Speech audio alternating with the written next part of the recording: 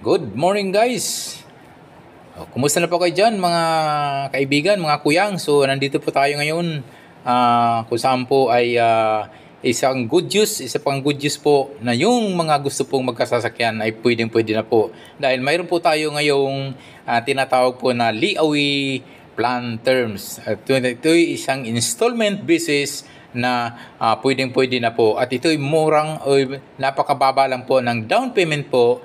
Ito'y pwede ka nang magkaroon po ng sarili mo sasakyan. At ito po ay sa mga nagnanais po na magkakaroon po ng sasakyan. Dahil sabi ko nga, ang sasakyan po ay para lang sa mga mayaman, sa mayroong mga pira. So ngayon po ay may tinatawag po natin na Liawi Plan Term. So pwede na po makapag-avail po yung mga low earner at through Liawi Plan Terms ay pwede na pong installment o hulugan po ang inyong mga sasakyan. At ito po mga kuya, ngayon po ay napakaganda po ngayon ng mga surplus po ng mga minivan at usong-uso po kung bakit ngayon ay mabenta at kung bakit ngayon ay in demand o kung bakit ngayon yung minivan po ay isang sikat po ngayon sa Pilipinas po. So ito po, bagamat ito'y isang surplus, subalit ito po pagdating po sa Pilipinas wala pong imposible. Ay kung itabi nyo po ito sa brand nyo ay baka magugulat po, baka po hihigitan po yung brand yung minivan po. So tuloy po, diretso na po tayo. Ano po yung Liawi Plan Terms?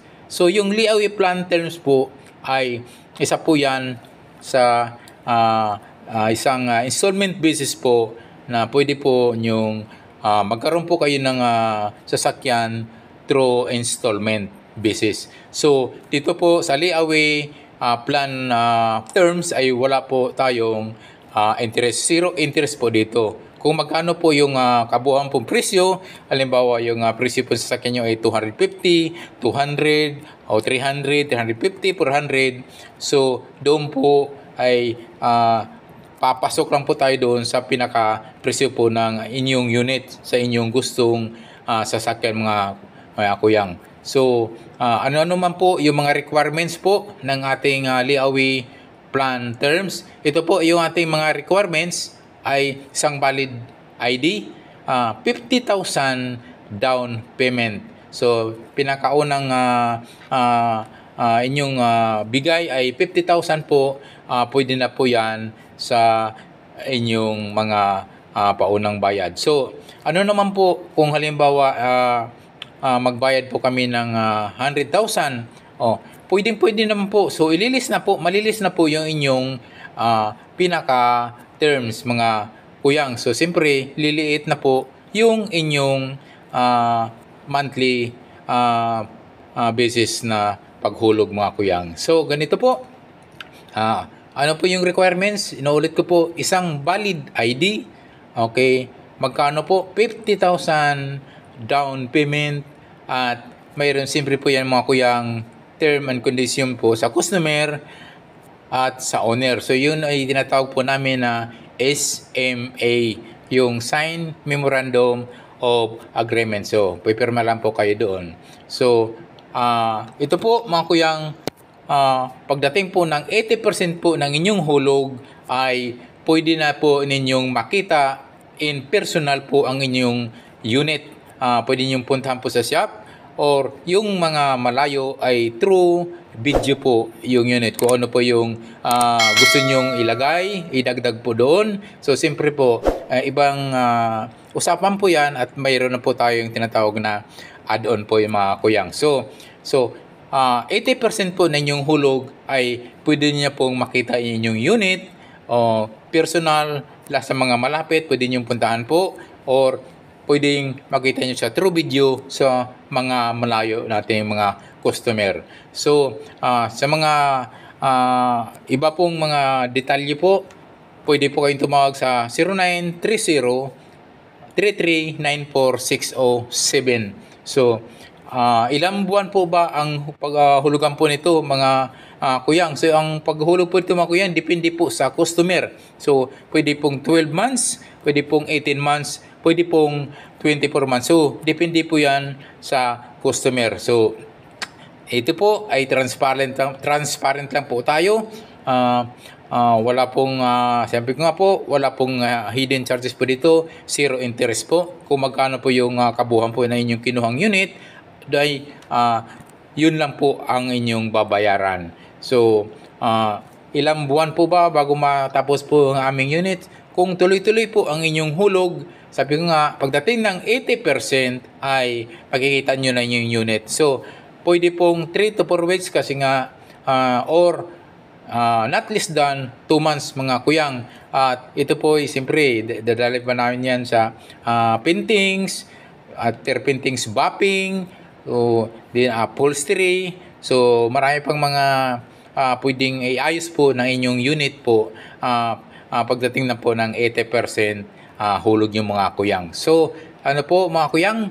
So, paano po ang si customer po kung ito'y mag-cancel po ng kanyang unit? So, refundable naman po kuya niya anytime po by schedule basis mga kuyang yan.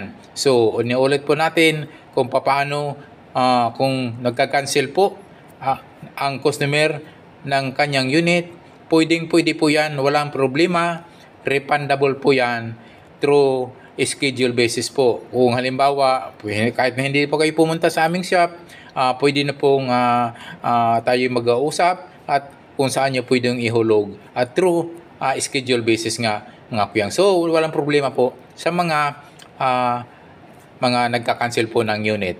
So, sabi nga, sa term and condition mga kuyang, inulit ko po mga kuyang, sa mga malayo, pwede through video po para po makita nyo ang kabuhan po mo mismo ng inyong mga unit na inhulugan mga kuyang. So, yung mga malapit ay may pagkakataon pong mismo po sa shop nyo, sa shop namin nyo puntahan in personal mga kuyang. So, ano po yung mga klase po ng mga sasakyan na pwede nyong makuha, pwede nyong o magkano po yung halaga. So, mayroon po kaming mga kuyang tinatawag po namin na as is where is. So, ito po ay ang mababago lang po doon sa as is where is yung kanyang driving paglipat lang po yung right drive to left hand drive. So, yun yung mabago doon sa as is where is. So, kung yung kanyang pinaka-upholstery, kung ano po yung intact po yan, walang mabago po doon sa tinatawag na as is where is. Kundi kung ano yung pintura, ganun pa rin po. Ang mabago lang po doon yung kanyang pinaka-driving dyan sa paglipat po sa kaliwa from right to left driving mga kuyang. So, ito po mga kuyang, yung pangalawa, yung tinatawag na basic setup. So, ang basic setup, okay, balik po din sa as is where is. Magkano po ba yung mga as is where is? Ito mga kuyang ay nagre-range po ng 200 hanggang 200 plus mga kuyang. So, mayroong 200, 220, mayroong 230 mga kuyang. So, depende rin po kuyang yan sa unit ng sasakyan po mga kuyang. Kasi mayroon po mga unit na maganda pa talaga mga kuyang, kaya medyo mataas po ng konti. So, depende po yan sa presyuhan po din po ng sasakyan. So, yung pangalawa mga kuyang ay tinatawag po namin na basic setup. So, ito yung basic setup po ay yung gulong ay hindi mag-wheels. Ito po ay ano na rin po yung upholstery. Ang upholstery ay basic upholstery lang po. At pero yung sa harap po, sa driving seat ay captain seat na rin po. At yung basic setup po ay wala po siyang third seat mga kuyang. So yung sa pinakahuli po, makikita nyo naman po na mayroong third seat po yung sasakyan. Sa basic step po, wala. So pwede pong palagyan at mag-uusap na lang po tayo through inyong request mga kuyang. So yun po, yung basic setup, magkano naman po yung basic setup? Ang basic setup po natin ay nag-range po yan ng 230 plus hanggang 240 hanggang 280. So hindi naman po yan ay lalagpas sa ano. So Lalagpas man po yan ng umabot man yan ng 300, so yun si customer na po yung mga siguro po kaya lumaki yan ay nag-add-on po ng mga sa unit po na yung gusto niyang mabago po sa unit. So yun po yung basic setup. Itong basic setup po ay nagre-range po siya ng 200 plus 230, 250 hanggang 280 mga kuyang. So, yun po yung mga unit po natin. So, yung pangatlo, mayroon po tayong tinawag kuyang na pull sit-up. Yung pull sit-up ng mga kuyang ay ang pull seat-up po ay mag-wheels na po yung gulong at captain seat lahat po yung upuan at mayroon na po yung third seat mga kuyang na upuan sa likod. So makikita nyo man po sa mga unit po na tapos na po dyan sa video, yun po yung tinatawag po namin na pull seat-up. So magkano naman po? So depende po nga yun mga kuyang sa add-on o sa request po ng customer po. So ang pull seat-up po na ito ay ang target po ng full sit-up ay nag-range po yan ng 250, 300 plus po. Sometimes po ay umabot po yan ng 400 plus mga kuyang. So depende po yan sa add-on po ng customer. Mayroong tinatawag po nila na bumper add-on, mayroong top load carrier. So mayroong pong tinatawag po na mayroong tent na pwede pong gumagamit po sa mga pag-camping. So pwedeng gamitin itong kinagandahan ko yang sa mga unit po namin ay pwedeng pang-negosyo, pamilya, pang-camping mga kuyang. So yun po yung maganda po sa mga camper van po namin, mga minivan po unit po namin mga kuyang. So yung po kuyang, mayroon po kaming yung pang-apat na tinatawag namin na off-road at overlanding setup. So yun po mga kuyang, yung tinatawag na off-road or overlanding setup ay medyo tumataas na po yung presyohan mga kuyang. So depende na po nga yan sa add-on po ng sasakyan. So yung sa off-road po mga kuyang, so lift up na po yung sa gulong, malaki yung gulong, siyempre yung mag-wheels maganda at yung mga unit po natin, yung mga automatic slide. So lahat po ng upuan is captain seat po. May third seat na rin po yan. At may top load carrier. At mayroong bumper, mayroong ladder. At magkano naman po yung off-road or tinatawag na overlanding setup. Yung off-road po namin or overlanding setup po ay nagre-range po yan ng 300 plus po. At 400 plus mga kuyang. So, depende na po yan sa add-on po ng gusto po ni customer mga kuyang. So, yun po ang kinagandahan po ng tinatawag po na classic na minivan po mga kuyang. So, pagpipilian nyo po na apat na klase pong pagpilian nyo po ng inyong mga unit. So, inaulit ko po, ano po yung mga unit na pwedeng magpilian. As is, where is po. Ang mabago lang po yung from right drive to left hand drive. So, intact po yung pintura po.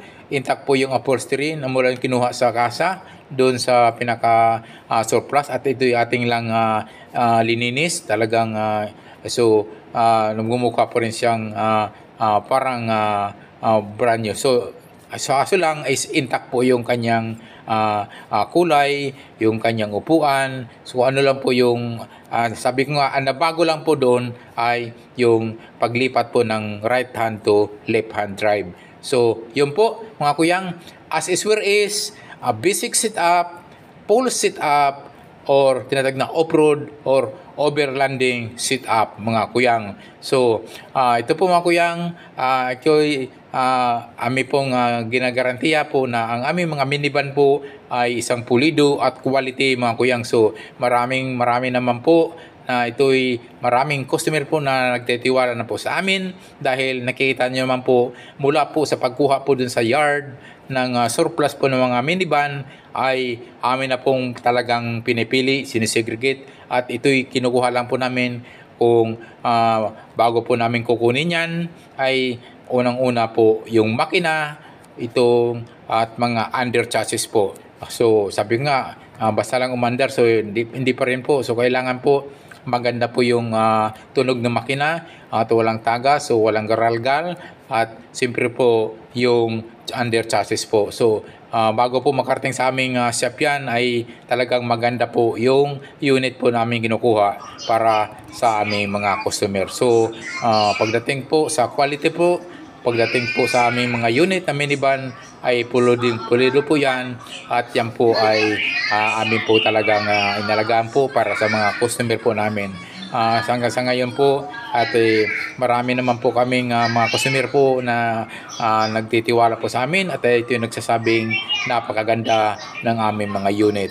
So itong mga kuyang ay isa po sa pahiwatig na patuloy po na tinatangkilik po ngayon yung aming mga minivan po ngayon na nasa amin ngayon. So ito po ay binigyan lang po namin ng isa pong paraan na para po makakuha naman po yung mga low earner na itong gustong-gusto naman po magkasasakyan, lalong-lalo na po yung mga ating mga kababayan na matagal na po gusto magkasakyan, ang kaso lang wala naman papaano, wala silang pera, at ito po gagawin po natin na ito po ay makakuha po through layaway plan terms, so installment basis. So ito po tamang-tama na po sa inyo mga kuyang, na ito po ay kayang-kaya na mag-avail po yung ating mga kababayan na gustong matagal na po na dreams po nila na magkaroon po sa sasakyan. Ito na po, dahil po itong minivan ay pampamilya, pangnegosyo, at pwedeng pang-camper o pwede po pang-camping van mga. Thank you so much for watching. God bless us always.